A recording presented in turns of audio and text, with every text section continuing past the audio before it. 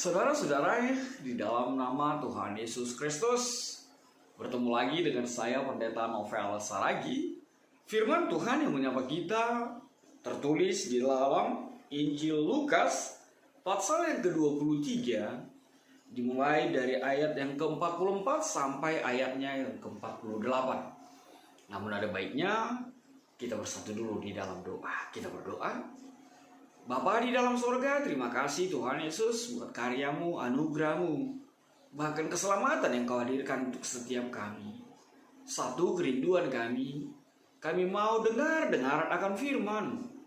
Maka berfirmanlah Engkau Tuhan, sebab kami siap untuk menerimanya. Amin. Saudara-saudara yang dikasihi Tuhan Yesus Kristus, seperti yang saya sebut tadi, firman Tuhan yang menyapa kita tertulis dalam Lukas pasal yang ke-23, ayatnya yang ke-44 sampai ayat yang ke-48. Begini firman Tuhan. Yesus mati. Ketika itu hari sudah kira-kira jam 12. Lalu kegelapan meliputi seluruh daerah itu sampai jam 3. Sebab matahari tidak bersinar dan tabir bait suci terbelah dua. Lalu Yesus berseru dengan suara nyaring, "Ya Bapa, ke dalam tanganmu kuserahkan nyawaku." Dan sesudah berkata demikian, ia menyerahkan nyawanya. Ketika kepala pasukan melihat apa yang terjadi, ia memuliakan Allah. Katanya, "Sungguh orang ini adalah orang benar." Dan sesudah seluruh orang banyak yang datang berkerumun di situ untuk tontonan itu melihat apa yang terjadi itu, pulanglah mereka sambil memukul-mukul diri. Demikian firman Tuhan. Saudara-saudara yang diberkati dalam nama Tuhan Yesus Kristus, firman Tuhan ini diangkat dengan judul Yesus mati. Memang sih dari ketika studi sekolah di STT AKBP Pematang Siantar, dosen selalu berpesan jangan berfokus kepada judul saja, karena memang judul itu bahagian dari bagaimana memilah-milah firman Tuhan untuk dituliskan di dalam Alkitab. Tapi benar, dengan judul saja ada kengerian, ada situasi yang begitu berat sekali rasanya untuk menyampaikan kebenaran firman Tuhan ini. Bahkan tema kita juga mengangkat tema Yesus menyerahkan nyawanya.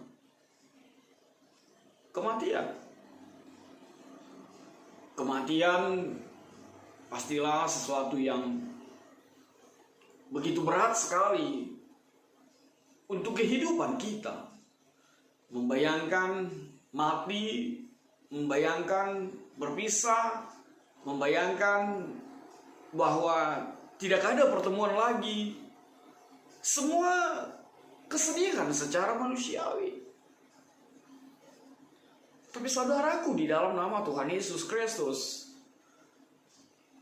firman Tuhan kali ini mau tidak mau mengantarkan kita kembali untuk mengingat situasi bagaimana Yesusmu mati, bagaimana Yesusku, bagaimana Yesus kita itu mati, dengan segala situasi, dengan segala keberadaan yang dia alami, getirnya, perihnya, sakitnya, tidak akan mampu untuk melukiskannya. Hanya membayangkan mahkota duri, hanya membayangkan lambungnya dicucuk, hanya membayangkan keringat, darah. Luar biasa sekali penderitaan itu. Ngeri sekali penderitaan itu. Dan semuanya hanya untuk kita. Hanya untuk umat manusia, hanya untuk keselamatan bagi setiap kita. Yesus mati. Firman Tuhan menghantar kita kepada situasi menjelang menuju kematian itu. Dikatakan bahwa matahari tidak bersinar. Pada saat itu terjadi gerhana matahari. Bayangkan selama 3 jam bumi ini gelap, alam ini gelap, cahaya tidak ada sama sekali. Apa yang bisa kita lihat di sana? Bahwa alam ini juga, bahwa bumi ini juga menyatakan kesedihan yang luar biasa, mau menyatakan kepedihan yang luar biasa. Sebab yang seharusnya disalibkan, sebab yang seharusnya mati, itu adalah kita. Tapi Yesus menanggung itu semua. Saudaraku, di dalam nama Tuhan Yesus Kristus. Lalu hal yang kedua yang dinyatakan tidak lain ketika dikatakan dan tabir bait suci terbelah 2. Jadi kita bicara tentang langit yang gelap, tidak memancarkan cahaya, matahari tidak bercahaya. Lalu hal yang kedua dinyatakan kejadian di bumi, yakni di rumah ibadah, tabir bait suci itu terbelah 2. Ingin mengatakan bahwa situasi itu, kegelapan itu menyelimuti alam semesta ini. Tidak hanya langit tapi juga bumi ini. Langit dan rumah ibadah, tabir bait suci itu terbelah 2. Apa pesan yang bisa kita lihat dalam situasi itu? Tidak lain adalah Tuhan mau berpesan bahwa dengan kematian Tuhan Yesus, bahwa dengan situasi yang dialami oleh Tuhan Yesus, situasi yang digambarkan di dalam zaman perjanjian lama, di zaman nabi-nabi dahulu, bahwa kita harus mempunyai pengantara untuk sampai kepada Bapa di sorga, mempersembahkan korban, harus melalui imam-imam di rumah ibadah. Tapi ketika Tuhan Yesus mengalami situasi yang dinyatakan di dalam kebenaran firman Tuhan ini, jalan itu, sekat itu, portal-portal itu, tembok-tembok itu dirubuhkan, tembok-tembok itu dihancurkan. Kita bisa langsung kepada Tuhan kita. Kita bisa langsung kepada Yesus kita tanpa perantara. Dan hal yang luar biasa, tabir bait suci itu tidak sobek dari bawah ke atas. Artinya apa? Itu bukan pekerjaan tangan manusia. Itu bukan dikerjakan atau dilakukan oleh orang-orang jahil. Tapi itu murni karena kuasa Tuhan yang bekerja dan ingin menyatakan pesannya di tengah-tengah kehidupan kita. Tabir itu justru sobek dari atas ke bawah. Lalu apa pesan yang kedua untuk tabir bait suci yang terbelah 2 itu? Tuhan Yesus, firman Tuhan mau berpesan bagi kita. Kalau dahulu kita mempersembahkan korban, mempersembahkan korban sebagai penebusan dosa. Tapi ketika Yesus disalibkan, ketika Yesus bahkan mati, Tuhan Yesus melalui firman Tuhan ini ingin mengatakan bahwa Dia sendirilah menjadi korban itu. Bahwa Yesus sendirilah korban itu. Dia mau menanggungnya semua. Dia mau Dilimpahkan kepadanya semua. Tidak bicara tentang korban ternak atau hasil panen, tapi bicara korban yang sesungguhnya, yakni Yesus yang dikorbankan di kayu salib, dan Dia menerima itu semua. Firman Tuhan menyapa kita di Jumat Agung ini, dan di sanalah letak keagungan Tuhan Yesus itu. Ketika Dia menjadi kurban, ketika Dia menjadi persembahan, ketika Dia menjadi penebusan yang sesungguhnya di tengah-tengah kehidupan kita. Itulah keagungan Allah Bapa itu. Di sana juga lah keagungan Yesus itu. Saudaraku, di dalam nama Tuhan Yesus Kristus, lalu firman Tuhan ini berlanjut dengan mengatakan, Yesus berseru mengatakan, "Ya Bapa, ke dalam tanganmu kuserahkan nyawa. Ya Bapa, ke dalam tanganmu kuserahkan nyawaku." Apa yang bisa kita lihat di dalam kalimat itu? Kalau di lain situasi, di lain tempat, Lukas justru memakai kata Allah, tapi pada perikop ini Lukas menggariskan, menyatakan bahwa Yesus itu mengatakan, "Bapa, ke tanganmu kuserahkan nyawaku." Apa yang bisa kita lihat dalam situasi itu? Tidak lain Tuhan Yesus mau mengatakan bahwa Allah itu adalah Bapa kita dan memungkinkan kita untuk menjadi anak-anaknya. Ketika kita punya Bapa, itu mengartikan bahwa kita adalah anaknya. Tidak ada lagi sekat, tidak ada lagi jarak, tidak ada lagi jembatan, tidak dibutuhkan lagi penghubung. Sebab apa? Sebab Dia Bapa kita. Lukas sengaja tidak memakai kata Allahku, tapi Lukas memakai kata, "Ya Bapa, ke tanganmu kuserahkan nyawaku." Lalu apa pesan yang kedua untuk dinyatakan di dalam kebenaran firman Tuhan itu? Tidak lain adalah ini hal yang sama yang dinyatakan oleh Daud di dalam Mazmur 31 ayat yang ke-6. Kenapa perkataan itu sama? Lalu kenapa kalimat itu sama yang dipakai oleh Tuhan Yesus dengan yang digunakan atau yang diungkapkan oleh Daud? Firman Tuhan ini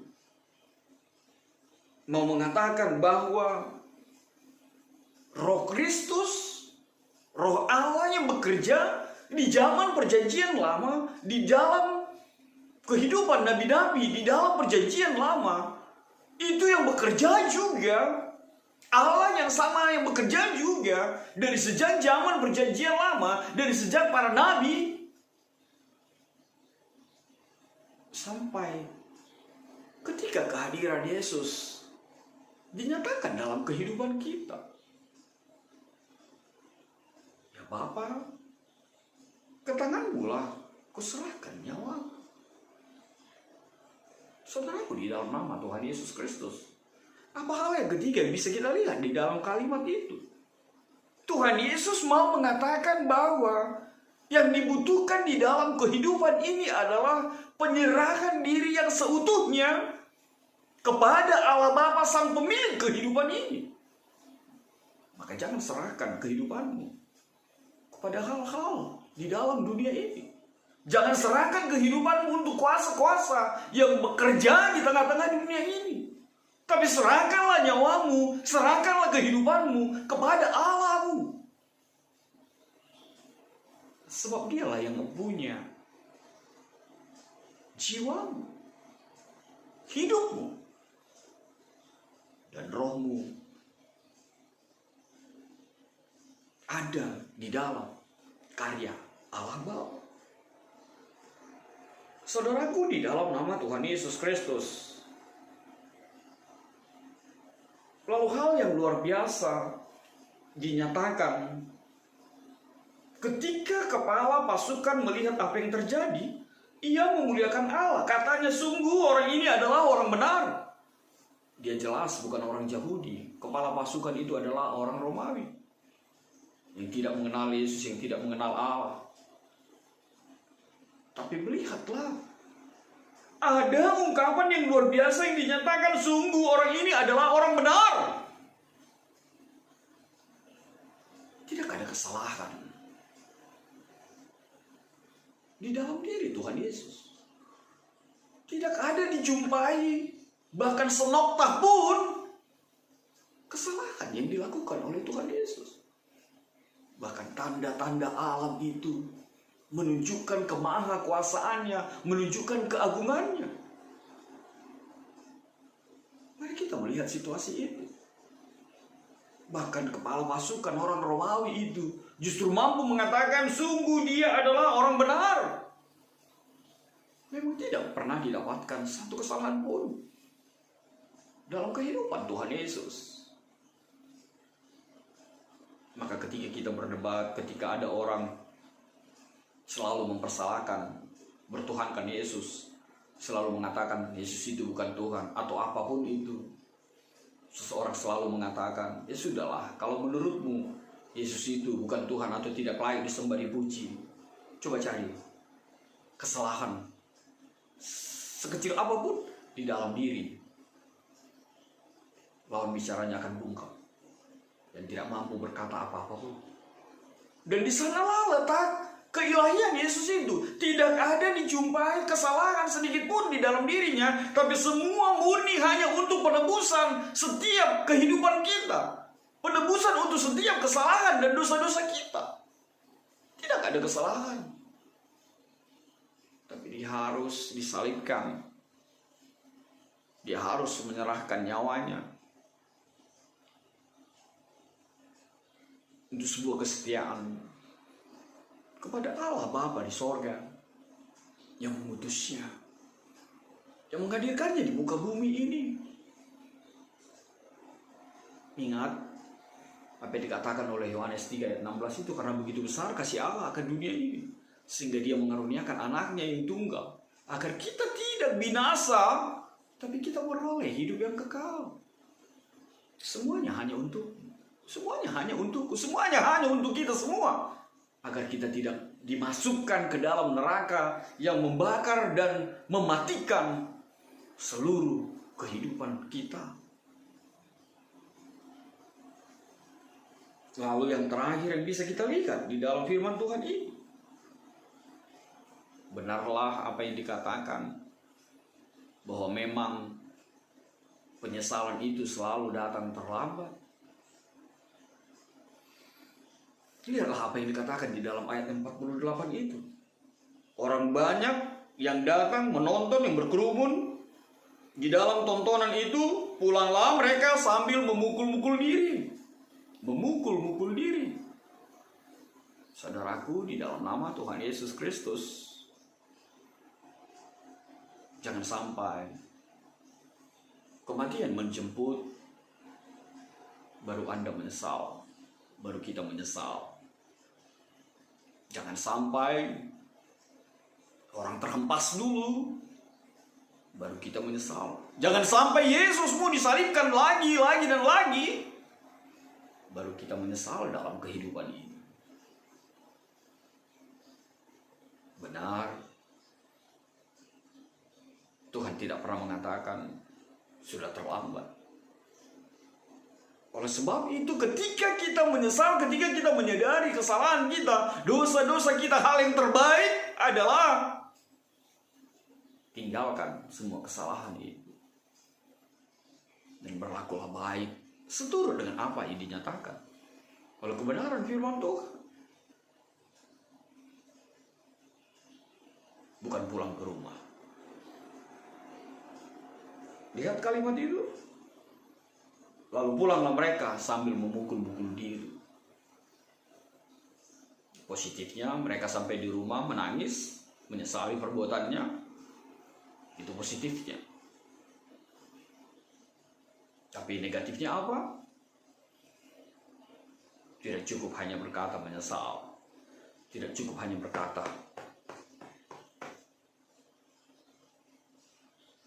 lalu pulang ke rumah.